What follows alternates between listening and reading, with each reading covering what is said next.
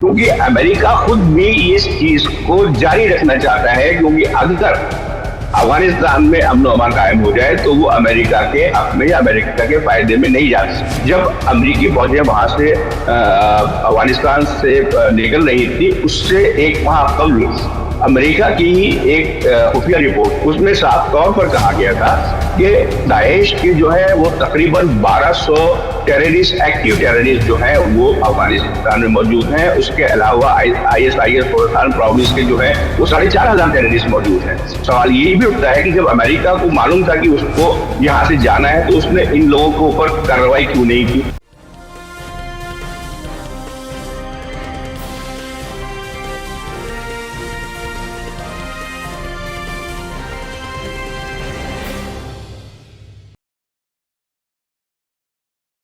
Hello, नमस्कार, आदाब, सत श्री अकाल और अस्सलाम वालेकुम। मैं हूं मोहम्मद अहमद काज़मी, लेकर आया हूं आपका पसंदीदा कार्यक्रम आपके रूबरू। इस कार्यक्रम में हम आपको कुछ खबरों की तह तक ले जाने की कोशिश करते हैं। ये कोशिश करते हैं कि आपको जो कुछ इंफॉर्मेशन दूसरे माध्यमों से नहीं मिल रही, अखबारात से, टेलीविजन से नहीं मिल रही, वो इंफॉर्मेशन हम आप तक पहुंचा सकें। इस वक्त अफगानिस्तान में पिछले कुछ हफ्तों से कई टेररिस्ट हमले हो चुके। अभी एक ताजा खबर जो है वो सालांग पास, जो काबुल के नॉर्थ में है और इंडियन सब कॉन्टिनेंट और सेंट्रल एशिया को जोड़ने का सबसे अहम रास्ता है, पहाड़ के अंदर से, जिसे दर्रा कहते हैं, सालांग पास।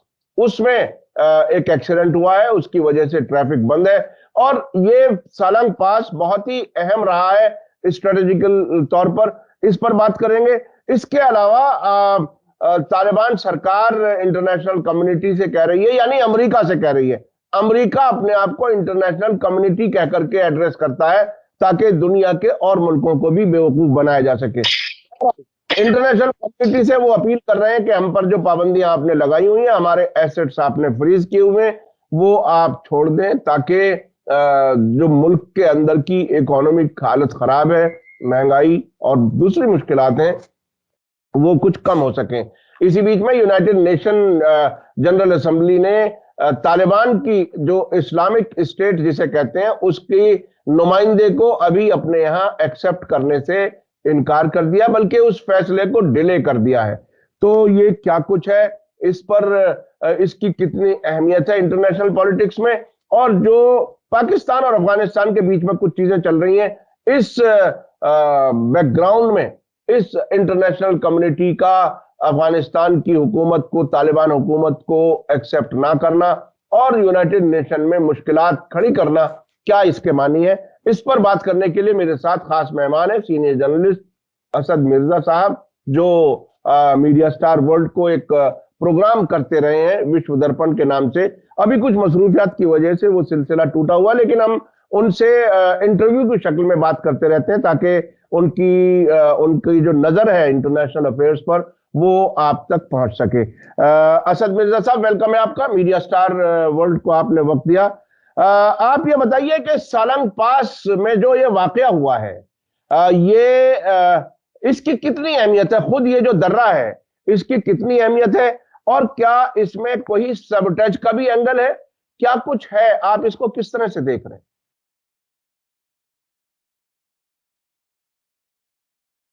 शुक्रिया काजमी साहब। जैसा कि आपने फरमाया कि ये दर्रा जो है या सलांग पास जो है वो उसकी स्ट्रेटेजिक वैल्यू बहुत है, फौजी तौर के ऊपर भी और कमर्शियली भी, क्योंकि ये अफगानिस्तान को सेंट्रल एशिया से जोड़ता है।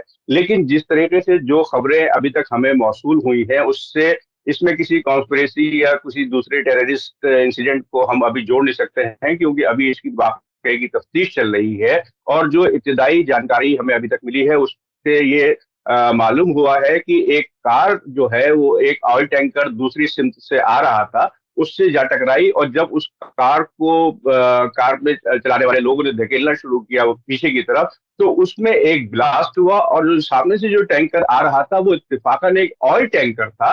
तो कार में जो आग लगी वो आग उस ऑयल टैंकर तक पहुंच गई, और उसके बाद पीछे एक और टैंकर दर्रे में दाखिल हो चुका था, उसमें उसने भी आग पकड़ ली। तो इस वजह से ये पूरा एक सीरीज जो है वो आग की दर्रे के अंदर हो गई। और जब किसी भी कम वैक्यूम वाली जगह में कोई इस तरह का वाकया पेश आता है तो एक वैक्यूम सा बन जाता है, और जिसकी वजह से लोग वहां से भागने में कामयाब नहीं हो पाते। तो इसी के नतीजे में तकरीबन 19 अफराद की मौत की खबर और 32 के शदीद तौर पर जख्मी होने की इत्तलात अभी तक है। अब मकामी एडमिनिस्ट्रेशन जो है उसने परवान और हिरांग प्रोविंस से इमदादी सहूलियात, हेलीकॉप्टर्स, मेडिकल टीम्स ये सब वहां पर भेजी है। और अभी भी जो पीडब्ल्यूडी का अमला है उसका कहना है कि हमने काम शुरू कर दिया है कि दर्रे को जल्द से जल्द खोला जा सके, क्योंकि जैसा आपने फरमाया कि ये दर्रा सेंट्रल एशियन रिपब्लिक्स और अफगानिस्तान के बीच में आमोदरफ्त का एक अहम जरिया है। तो उनका ये कहना है कि अभी हम जल्द से जल्द इस रास्ता दोबारा खोलने की कोशिश कर रहे हैं, लेकिन कब रास्ता खुलेगा इसके बारे में अभी मजीद कुछ नहीं कहा जा सकता। जी, मैं अपने दर्शकों को बता दूं कि ये दर्रा 1958 से 1964 के बीच रूस ने बनाया था, जिस वक्त अफगानिस्तान में कुछ इंफ्रास्ट्रक्चर बनाया जा रहा था। और इसमें 1997 में अहमद शाह मसूद के लोगों ने इसको वहां धमाका करके उस रास्ते को बंद किया था ताकि तालिबान वहां तक ना पहुंच पाए उनके इलाकों में। तो ये चारिकार काबुल साउथ में है और मजार शरीफ और कुंदुज जैसे अहम शहर नॉर्थ में है इसके। तो ये बहुत ही अहम दर्रा है।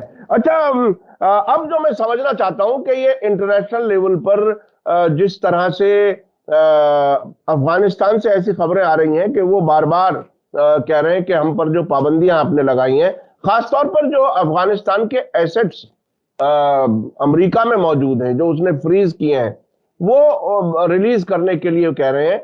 और उधर यूनाइटेड नेशन में भी ऐसा वाकया हो रहा, ऐसा अभी ताजा जो खबर है कि तालिबान की हुकूमत के नुमाइंदे को उन्होंने एक्सेप्ट करने के इजाजत के फैसले को डिले कर दिया है। तो इसके क्या मानिए, इस वक्त तालिबान हुकूमत इंटरनेशनल सतह पर कहां खड़ी है, क्या कुछ किन हालात से गुजर रही? देखिए, इंटरनेशनल सतह पर जो तालिबान हुकूमत है, अब से तकरीबन 1.25 साल पहले जब वो हुकूमत पर काबिज हुए थे, अमरीकी फौजियों के वहां से निकलने के फौरन बाद जिस तरीके से उन्होंने पूरे अफगानिस्तान पर तालिबान हुकूमत ने कब्जा किया था, और इंटरनेशनल इस्लामिक एमिरेट जो है वो वहां पर अफगानिस्तान में नई हुकूमत कायम की गई थी तालिबान के ज़ेरे क़यादत। उसके बाद से ये मांग लगातार चलती रही है कि अमेरिकन बैंकों में जो अफगानिस्तान सेंट्रल बैंक के असासे और उसमें जो करेंसी उसके पास मौजूद थी उसको अमेरिका ने फ्रीज कर दिया था अफगानिस्तान से निकलने के बाद। तो ये मुतालबे उस वक्त से जारी है, और न सिर्फ अफगानिस्तान हुकूमत बल्कि दूसरे मुल्क भी अमेरिका के ऊपर ये प्रेशर बनाए रखे हुए हैं कि आप जल्द अज जल्द ये असासे जो है उनको अनफ्रीज करें, ताकि वो पैसा अफगानिस्तान हुकूमत अपने अवाम की फलाह बहबूद के लिए इस्तेमाल कर सके, और उसको दीगर कमर्शियल एक्टिविटीज शुरू करने के लिए जो पैसा दरकार है वो इंटरनेशनल ऑर्गेनाइजेशन की तरफ से उसे मिल रहा है, लेकिन वो भी ऊंट के मुंह में जीरे के बराबर है। तो आप एक नई हुकूमत जो है एक किसी भी मुल्क को जब तक आप कमर्शियली वायबल तरीके से काम नहीं करने देंगे तो वो मुल्क कैसे आगे बढ़ेगा। तो ये बात इंटरनेशनल ऑब्जर्वर्स और पॉलिटिकल एनालिस्ट की समझ से भी बाहर है कि क्या वजह है कि अमेरिका इतने प्रेशर के बावजूद ये असेट्स अनफ्रीज करने के लिए अभी तक तैयार नहीं है। उसका कुछ हिस्सा उसने अनफ्रीज किया है, लेकिन जब तक वो पूरा पैसा अनफ्रीज नहीं हो जाएगा और पूरा अफगानिस्तान का इकोनॉमिक सिस्टम जो है वो उसके सेंट्रल बैंक के साथ काम करना नहीं शुरू कर देगा, तो हम ये नहीं कह सकते कि अफगानिस्तान इकोनॉमिक रिकवरी के रास्ते पर पूरी तरीके से गामजन है या आगे चल रहा है। सिर्फ अक़वाम मुत्तहिदा ने 1 दिसंबर 2021 से लेकर नवंबर 2022 तक तकरीबन 1.63 बिलियन डॉलर जो है वो अफगानिस्तान के ह्यूमैनिटेरियन एड दी है अफगानिस्तान को उसके मुख्तलिफ प्रोजेक्ट्स के लिए। और अभी हाल ही में एक रिपोर्ट अक़वाम मुत्तहिदा की तरफ से वहां के सेक्रेटरी जनरल के नाम के तहत जारी की गई है, जिसमें उन्होंने कहा है कि अफगानिस्तान में इकोनॉमिक एक्टिविटीज अभी भी जारी हैं, लेकिन वो इकोनॉमिक एक्टिविटीज अगर हम उनका तज्जिया करें तो उसके अंदर पैसे का लेन देन बहुत कम है। वो इकोनॉमिक एक्टिविटीज आप ये समझ सकते हैं कि मुआहदे अपने करीबी मुल्कों के साथ में या इलाकाई मुल्कों के साथ में हो रहे हैं, लेकिन उसमें कोई कमर्शियल एंगल अभी तक वाजे नहीं है। इसमें अपनी रिपोर्ट में अक़वाम मुत्तहिदा के सेक्रेटरी जनरल ने ये कहा था कि 10 सितंबर को चार मुल्कों चीन, किर्गिजिस्तान, उज्बेकिस्तान और अफगानिस्तान के दरमियान में एक रेलवे और रोड कॉरिडोर बनाने की बात हुई है। उसके अलावा 27 सितंबर को रूस की जानिब से पेट्रोल, डीजल फ्यूल, एलपीजी, ये सब और इसके अलावा गेहूं सस्ते दामों पर रूस से खरीदने की बात की गई थी, लेकिन इसमें अफगानिस्तान कैसे पेमेंट करेगा इसकी कोई वजाहत नहीं की गई थी। उसके बाद 4 अक्टूबर को अफगानिस्तान की हुकूमत ने ईरान के साथ में अपना जो गैसोलीन का ट्रांजिट परमिट है उसको मार्च 2023 तक बढ़ा दिया था। इसके अलावा चाइना जो है वो लगातार इस बात के लिए दबाव बढ़ा रहा है कि अफगानिस्तान को भी चाइना के बेल्ट एंड रोड इनिशिएटिव में एक खास किरदार अदा करना चाहिए, और उसके लिए भी चाहता है Pakistan, Afghanistan, Pakistan India gas pipeline में भी अफगानिस्तान का एक नुमाया किरदार हो। इसके अलावा चाइना और पाकिस्तान ने नवंबर में स्टेटमेंट की थी जिसमें उन्होंने कहा था कि वो हर तरीके से अफगानिस्तान की ह्यूमैनिटेरियन और इकोनॉमिक इमदाद जो है वो जारी रखेंगे। लेकिन इन सब के बावजूद देखने में यही आ रहा है कि दर हकीकत अफगानिस्तान की जो इस्लामिक एमिरेट की हुकूमत है वो उसके पास पैसा नहीं है, और अगर है भी तो वो ना के बराबर है। तो हमें ऐसी कोई रिपोर्टें नहीं मिल रही हैं कि क्या इकोनॉमिक एक्टिविटीज वहां पर जारी है। जो इकोनॉमिक एक्टिविटीज जारी है वो बहुत ही निचली सतह के ऊपर आवाम के दरमियान जो रोजाना की खरीदो फरोख्त होती है उसको कह सकते हैं हम, लेकिन कोई बड़ा इकोनॉमिक काम इस वक्त अफगानिस्तान में नहीं हो रहा है। और जिस तरीके से वहां के हालात अबतर से बदतर होते चले जा रहे हैं, उसके अभी एक दूसरी रिपोर्ट आई है इंटरनेशनल माइग्रेशन ऑर्गेनाइजेशन जो कि यूएन की ही एक एजेंसी है, उसका ये कहना है कि अफगानिस्तान में 97% अवाम जो है वो खते इफ्लास या पावर्टी लाइन या गरीबी रेखा से नीचे रह रहे हैं। तो ये अपने आप में एक बहुत बड़ा अलमिया है, क्योंकि अमूमन इस तरीके की खबरें कि गरीबी रेखा से नीचे रहने वाले लोगों की तादाद 90% या 80% है, वो हमें अफ्रीका के मुल्कों से सुनने को मिलती थी, लेकिन ये पहली मर्तबा है कि अफगानिस्तान भी इस सूची में शामिल कर दिया गया है। अच्छा, इसमें अभी कुछ वाकयात हुए हैं पिछले 2-3-4 हफ्तों के अंदर। काबुल में रूस की एम्बेसी पर हमला हुआ, चीन के भी कुछ इंटरेस्ट पर हमला हुआ, और उसके अलावा कुछ कहीं शिया मस्जिदों के खिलाफ भी कुछ हमले हुए। तो ये क्या जो अमेरिका के दुश्मन एक तरह से समझे जाते हैं उनके खिलाफ जो कार्रवाइयां हो रही हैं उसको किस तरह से आप देख रहे हैं? क्योंकि कई किस्म के एलिमेंट्स का जिक्र होता है, कभी दाइश का जिक्र होता है, कभी तालिबान जो है वो किसी ना किसी पर जिम्मेदारी डाल देते हैं। तो वो वाकयात क्या है? क्योंकि काबुल एक ऐसी जगह है जहां से एक जमाने में कहा जाता था कि अमेरिकी फौजें वहां से वापस इसलिए नहीं जाएंगी कि उसके दुश्मन आसपास हैं, चीन, रूस, ईरान, तीनों। तो अभी जो ये वाकयात हुए इनको आप किस तरह से देख रहे हैं? थोड़ा सा उसमें अगर कुछ बता सकें।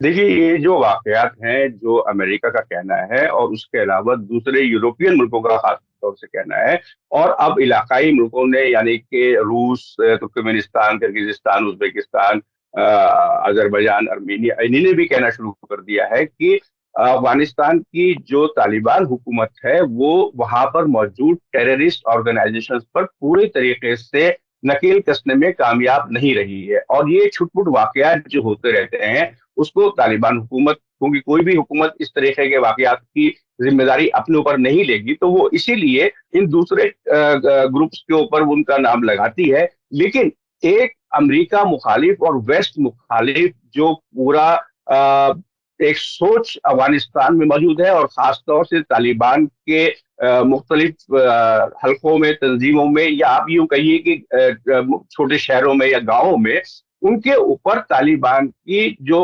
मरकजी हुकूमत है वो डायरेक्ट कंट्रोल नहीं कर सकती है उनको। उनके पास हथियार मौजूद हैं, तो जब उनके पास और कोई ऐसी एक्टिविटीज उनके सामने नहीं है जिसमें कि वो एंगेज हो सके, चाहे वो मुआशी हो, चाहे वो खेती से मुताल्लिक हो या ट्रेड से मुताल्लिक हो। तो जब आपको यही लगता है कि खाली बैठा हुआ आदमी कुछ ना कुछ तो करेगा, तो वो इस तरीके के हमले होते रहते हैं, और इस तरीके के हमले करवाकर तालिबान हुकूमत, हो सकता है ये मैसेज अमेरिका को देने की कोशिश कर रही है कि भाई जब तक तुम हमारी मांगे नहीं मानोगे, इस तरीके के हमले जारी रहेंगे। तो इसलिए इनके, आप ये सोचिए कि ये हमले जो है वो बड़े पैमाने के नहीं, छोटे छोटे छुटपुट हमले होते रहते हैं, ताकि अफगानिस्तान खबरों में भी रहे, बिल्कुल खबरों से गायब ना हो जाए। एक तरीके से फरवरी, इस साल फरवरी के बाद से अफगानिस्तान जो है वो इंटरनेशनल एजेंडे से गायब होता नजर आ रहा था, जब से रूस यूक्रेन वॉर शुरू हुई थी। तो इस तरीके से वो अपने खबरों में भी रहना चाहता है, साथ ही अमेरिका को भी एक पैगाम देना चाहता है कि भाई हम भी मौजूद है, हमारी भी फिक्र कुछ कर लो। और साथ ही साथ इससे ये भी जाहिर होता है कि जो तालिबान हुकूमत का दावा है कि उसने अफगानिस्तान में मौजूद जितनी भी टेररिस्ट ऑर्गेनाइजेशंस है उनके ऊपर नकेल कस दी है, वो उसकी बिल्कुल वजाहत होती है कि तालिबान हुकूमत इसमें पूरे तरीके से कामयाब नहीं हो सकी है, और ये अंसर अभी भी वहां मौजूद है। जब अमरीकी फौजें वहां से अफगानिस्तान से निकल रही थी, उससे एक माह कबल अमेरिका की ही एक खुफिया रिपोर्ट थी जो बाद में पब्लिक हुई।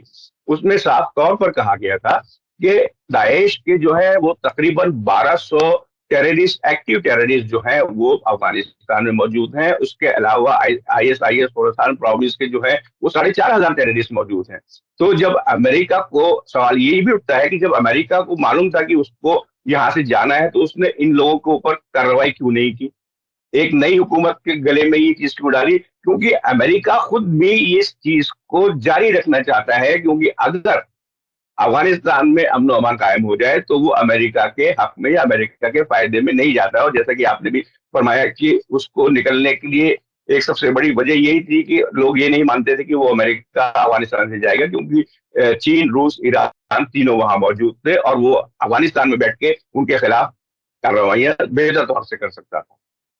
अच्छा, बहुत ही अहम बात आपने कही। मैं अपने दर्शकों को याद दिला दूं कि एक जमाने में ज़ल्मई खलीलजाद अमेरिका के नुमाइंदे दोहा में तालिबान के साथ मुसलसल बात किए, बहुत से दौर चले, और उसमें उस वक्त की अशरफ गनी की सरकार का कोई नुमाइंदा नहीं होता था, और उस पर बार बार शक जाता है कि उन्होंने बंद कमरे में उनके साथ क्या क्या मामला तय कर लिए। इसके अलावा रूस ने कई बार सबूतों के साथ ये इल्जाम लगाया है कि नॉर्थ अफगानिस्तान में अनमार्क्ड हेलीकॉप्टर्स के जरिए कुछ टेररिस्ट को पहुंचाया गया है नॉर्थ सीरिया इदलिब से। तो इस किस्म की खबरें भी हमारे सामने आ चुकी हैं।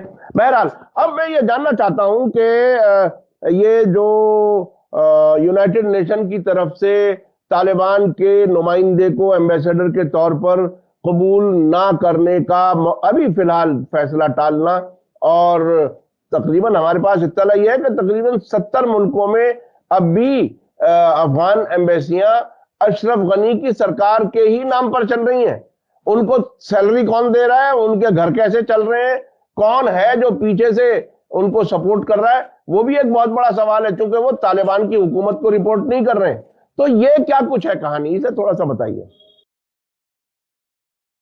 आपने काजमी साहब बहुत ही सही बात कही कि ये सवाल, ये किसी के समझ में नहीं आ रहा है कि ये जो अमला 70 मुल्कों में है या मुख्तलिफ अक़वाम मुत्तहिदा की तंजीमों या खुद अक़वाम मुत्तहिदा में मौजूद है, उनके खर्चे कौन उठा रहा है, उनको कहाँ से पैसा मिल रहा है, क्योंकि तालिबान हुकूमत तो उनको पैसा नहीं दे रही है। लेकिन जैसा कि आपने शुरू में फरमाया था कि ये सारे तार अमेरिका से ही जुड़े हुए हैं, इंटरनेशनल कम्युनिटी जो है वो दर हकीकत में अमेरिका ही है, और ये पूरा जो खेल एक तरीके से चल रहा है वो बहुत ही अनडिप्लोमेटिक तरीके से चल रहा है, क्योंकि अभी तक किसी भी मुल्क ने इस्लामिक एमिरेट ऑफ अफगानिस्तान को डिप्लोमेटिक तरीके से माना नहीं है। उसके बावजूद बहुत सारे इलाकाई मुल्क, रूस, चीन, ये सब चाह रहे हैं, मुख्तलिफ कॉन्फ्रेंसेज हो रही हैं, मुख्तलिफ मीटिंग्स हो रही है कि किस तरीके से दोबारा इकोनॉमिक रीडेवलपमेंट जो है वो अफगानिस्तान का शुरू किया जाए।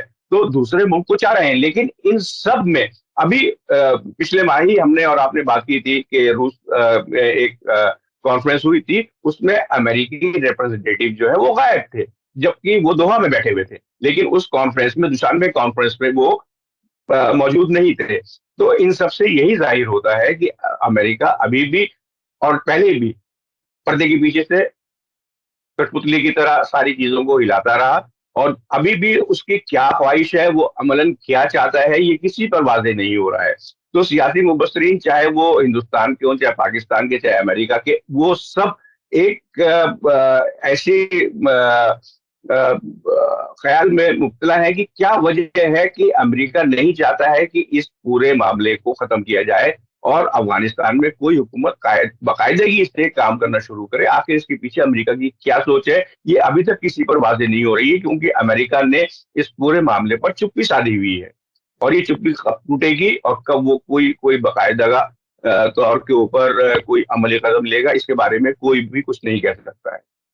ये बहुत ही दिलचस्प चीज है कि अमेरिका, कभी कभी ऐसा लगता है कि अमेरिका जो अपनी स्क्रिप्ट लिखता है उसमें कहीं ना कहीं जब गड़बड़ हो जाती है। मुझे याद है, देखिए,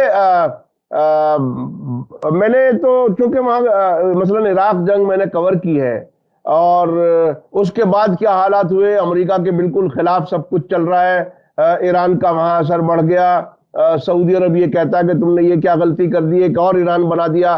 तो वो ग्राउंड पर जो असल हकीकतें हैं, उनके शायद डिप्लोमेट्स या उनका जो असेसमेंट करने वाली एजेंसियां हैं, उनके पास सही इंफॉर्मेशन नहीं होती, या वो अपने वॉशिंगटन में बैठ के नक्शे पे अपना कुछ फैसला कर लेते हैं कहां में क्या करना है, लेकिन उस तरह से वो स्मूथ चलता नहीं है।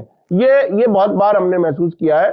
तो अभी अफगानिस्तान में कौन से 20 साल रहने के बावजूद ऐसी कौन सी हकीकतें हो सकती हैं जिसको ग्राउंड के जो जो निटी ग्रिटीज जिसे कहा जा सकता है, डिटेल्स कहा जा सकता है, वो अमेरिका के समझ नहीं आई, और वो बार बार फैसले गलत कर रहा है। क्या हो रहा है? देखिए, जैसा कि आपने फरमाया कि इससे पहले इराक में भी और दूसरी जगह पर भी और अफगानिस्तान में भी जो ग्राउंड असेसमेंट होती है, वो दर हकीकत एक पूरा अपरेटस है कि ग्राउंड से आपकी रिपोर्ट जो है, वो जो पॉलिटिकल डिपार्टमेंट है, जो डिफेंस डिपार्टमेंट है अमेरिका में, उनके एनालिस्ट के पास जाती है, उसके बाद वो पॉलिटिकल लीडरशिप के पास जाती है। तो इस पूरे मामले में कहीं ना कहीं एक झोल आ जाता है कि जो एनालिस्ट अपनी रिपोर्ट में कह रहे हैं, वो बात अमेरिकन पॉलिटिकल लीडर्स तक नहीं पहुंच रही है, या अमेरिकन पॉलिटिकल लीडर्स उसको दूसरे तरीके से देख रहे हैं। तो ये दोनों चीजें जो है अपनी जगह दुरुस्त है, और अभी यही लगता है कि शायद अफगानिस्तान के मामले में अमेरिकी पॉलिटिकल लीडरशिप जो है, वो एक जो बिल्कुल दुरुस्त तज्जिया है वहां की मौजूदा सूरत हाल का, और उसके अलावा इलाकाई सूरत हाल का, वो पर कोई फैसला करने में नाकाम नजर आ रही है। और उनका, क्योंकि इस वक्त सारा फोकस जो है वो रूस यूक्रेन वॉर के ऊपर है, और वो दूसरे इलाकाई और छोटे मामला पर अपनी इतनी तवज्जो नहीं दे रहे हैं, जबकि ये उनके लिए आने वाले वक्तों में एक बड़ी मुसीबत साबित हो सकता है। जी जी जी। अच्छा, ये जो सब जो अब तब्दीलियां आ रही हैं, अभी अफगानिस्तान में भारत किस तरह से एंगेज है, किस तरह से कनेक्ट किए हुए है तालिबान की सरकार को? थोड़ा सा अब लेटेस्ट थोड़ा सा बता दीजिए, ताकि हमारे दर्शक समझ सकें कि भारत कहाँ खड़ा है अफगानिस्तान में। देखिए, भारत का जहां तक ताल्लुक है, तो भारत का शुरू से ये स्टैंड रहा है कि पाकिस्तान, रिपीट, कि अफगानिस्तान में वहां की हुकूमत को हमें एम्पावर करना है, उसको इस सूरत हाल में लाना है कि वो अमली तौर के ऊपर कोई ऐसा काम करना शुरू करे कि वहां के अवाम की जो परेशानियां हैं वो कम से कम होती चली जाए। पिछली सर्दियां वहां के अवाम ने किस हालत में गुजारी है, इससे पूरी दुनिया वाकिफ है। अब दोबारा सर्दियां वहां पर शुरू हो चुकी हैं, किस तरीके से, किस हाल में लोग रह रहे हैं, मैंने आपको पहले ही प्रोग्राम के शुरू में बताया था कि 97% लोग गरीबी रेखा से नीचे रह रहे हैं। तो हिंदुस्तान का हमेशा से ये स्टैंड रहा है कि हम रीजनल सतह के ऊपर जो है वो अफगानिस्तान की हुकूमत की मदद करेंगे, और इससे पहले भी, तालिबान से पहले जो हुकूमतें थी उनके साथ भी भारत की हुकूमत का जो संबंध रहे हैं हमेशा अच्छे रहे हैं। और काबुल और अफगानिस्तान के मुख्तलिफ इलाकों में वहाँ ये भारत हुकूमत ने मुख्तलिफ रिकंस्ट्रक्शन प्रोजेक्ट शुरू किए थे। वहां पर सबसे बड़ा जो सिविल हॉस्पिटल है काबुल में, वो भारत तामीर कर रहा था। काबुल यूनिवर्सिटी की दोबारा तामीर हो रही थी, इसके अलावा दूसरे प्रोजेक्ट चल रहे थे। लेकिन जब अगस्त में पिछले साल तालिबान हुकूमत आई थी, तो उस वक्त पाकिस्तान ने अपने आप को उसमें एक मेन रोल करने के लिए भारत को काटना शुरू कर दिया था। तो एक वक्फा आया था बीच में 7-8 महीने का, जब भारत की तरफ से अफगानिस्तान के ताल्लुक से कोई बात नहीं सामने आ रही थी। लेकिन उसके बैकग्राउंड में हमें ये बात ख्याल रखनी चाहिए कि अफगानिस्तान हुकूमत से भारत के जो डिप्लोमेटिक कम्युनिटी के लोग हैं वो दोहा में मुलाकातें कर रहे थे। उसके बाद 6-7 महीने के लिए एक खामोशी इख्तियार की भारत ने, लेकिन अब दोबारा भारत पूरे कमिटेड तरीके से ये चाहता है और अपना किरदार अदा करने के लिए पूरे तरीके से तैयार है कि किस तरीके से अफगानिस्तान में रिकंस्ट्रक्शन, रीडेवलपमेंट और तरक्की का एक दोबारा माहौल कायम किया जाए और वहां की हुकूमत जो है उसको किस तरीके से किया जाए। यहाँ पर भारत की सिर्फ एक डिमांड है कि अफगानिस्तान की जो भी हुकूमत हो, चाहे तालिबान की हो चाहे गैर तालिबान की, वो सिर्फ अफगानिस्तान में टेररिस्ट ऑर्गेनाइजेशंस पर काबू करे और भारत के खिलाफ उन ऑर्गेनाइजेशंस को कोई कार्रवाई करने के लिए अफगानिस्तान में जगह ना दे। इसके साथ, सिर्फ इस मुतालबे के साथ हिंदुस्तान जो है वो पूरे तरीके से अफगानिस्तान के शहरियों और वहां की लीडरशिप के लिए साथ काम करने के लिए हमेशा तैयार रहा है। जी, बहुत बहुत शुक्रिया असद मिर्जा साहब। आपने जो खास तौर पे अमेरिकन डिप्लोमेटिक जो सिस्टम है किस तरह से काम करता है और वो शायद सही इंफॉर्मेशन ऊपर तक नहीं पहुंचती सियासी लीडर्स तक, या और क्या क्या वजह हो सकती हैं, वो बहरहाल बहुत सी चीजें सामने आती हैं, बहुत सी चीजें सामने नहीं आ पाती। लेकिन हमारी पूरी कोशिश रहती है कि जितनी मैक्सिमम इंफॉर्मेशन हो हम अपने दर्शकों तक पहुंचाएं। और आपने भारत के ताल्लुक से भी आपने अफगानिस्तान की पॉलिसी के बारे में भी आपने बताया, और ये कि वहाँ रूस, चीन और ईरान के इंटरेस्ट के खिलाफ कुछ जो कार्रवाइयाँ हो रही हैं, इसके बैकग्राउंड में भी वहाँ का दाइश का मौजूद होना और इस किस्म के एलिमेंट्स को कंट्रोल ना करना, या तालिबान के अंदर कुछ अलग अलग ऐसे ग्रुप्स हैं जो शायद काबुल में बैठी हुई लीडरशिप के कंट्रोल में नहीं है, उनकी भी वो भी वजह हो सकती है। बहुत बहुत शुक्रिया, आपने वक्त निकाला। इसी के साथ मुझे दीजिए इजाजत। धन्यवाद, शुक्रिया। जय भारत, जय हिंद।